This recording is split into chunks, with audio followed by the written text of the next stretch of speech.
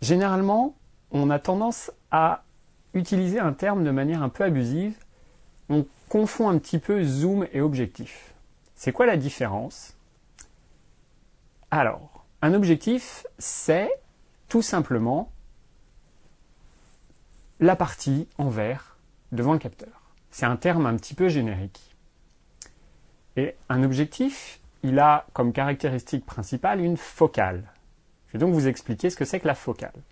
La focale, c'est l'angle de champ qui va être englobé dans votre image. C'est-à-dire que si vous mettrez votre appareil photo, par exemple, en face d'un groupe, est-ce que le groupe va tenir en entier dans votre image?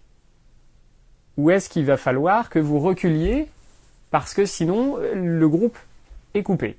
Parce que votre angle de champ est trop petit et du coup il va falloir que vous reculiez.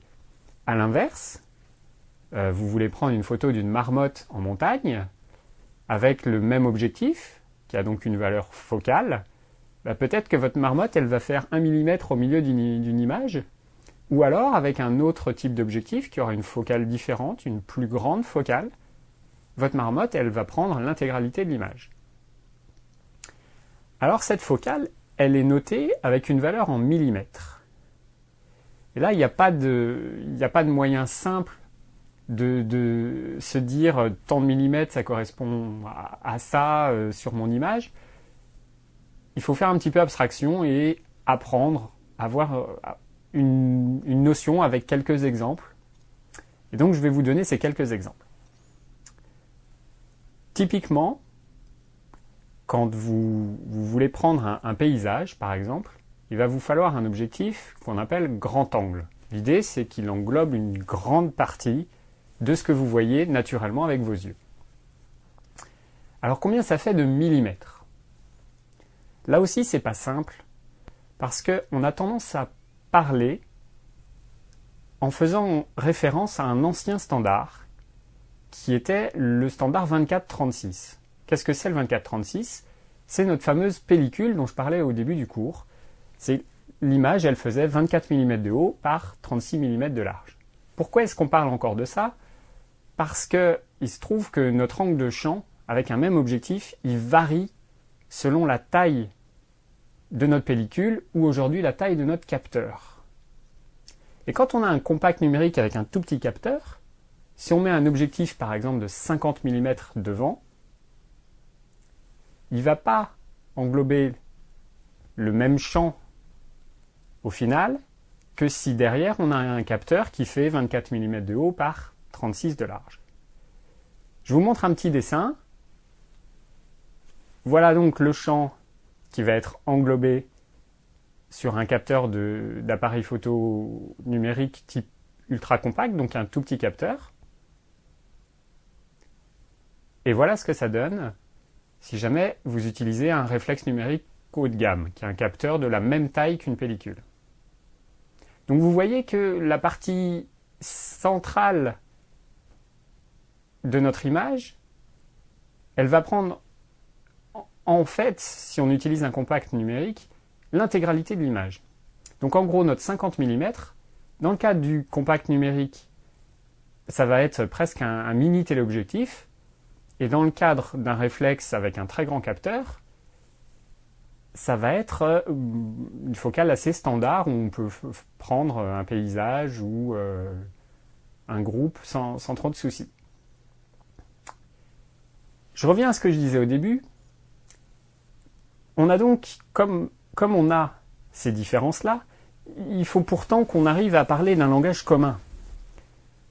C'est-à-dire que si on vous dit pour faire un portrait, il faut utiliser un 85 mm, vous n'allez pas vous amuser à faire la conversion en fonction du type d'appareil que vous avez. C'est un petit peu compliqué. C'est pour ça qu'on fait toujours référence à cette norme 24-36.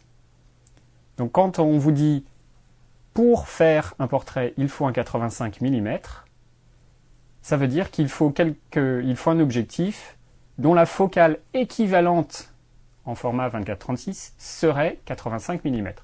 Je reprends le cas de mon ultra compact, par exemple celui qui est en train de filmer aujourd'hui, parce que j'utilise ce type d'appareil photo pour filmer ces cours. eh bien, il a une focale qui varie entre 2 et quelques millimètres et 6 et quelques millimètres. 2, 6, comment est-ce que je convertis? C'est impossible. C'est pour ça que le fabricant,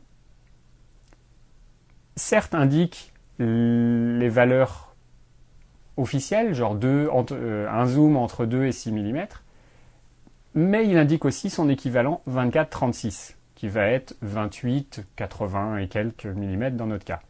Donc je sais qu'avec mon ultra compact, quand j'utilise le zoom à fond, j'ai un équivalent 80 mm.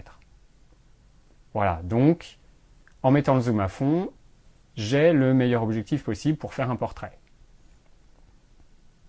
Voilà, je sais que c'est pas très simple, mais c'est vraiment important de savoir ça, parce que sinon vous serez vraiment perdu. Donc je résume, votre objectif il a une focale qui peut être différente, qui peut être toute petite ou très grande, on peut avoir un 15 mm ou un 300 mm. On a aussi donc des zooms qui ont la propriété de varier entre deux valeurs extrêmes de focale. Par exemple, un 28-105, c'est un objectif qui permet de varier sa focale entre 28 mm et 105 mm. Ça, c'est très important. Et donc, ces valeurs sont indiquées en équivalent 24-36. Votre 28-105, 28 mm, ça sera idéal pour prendre un paysage, 105 mm, très bien pour prendre un portrait en gros plan, par exemple.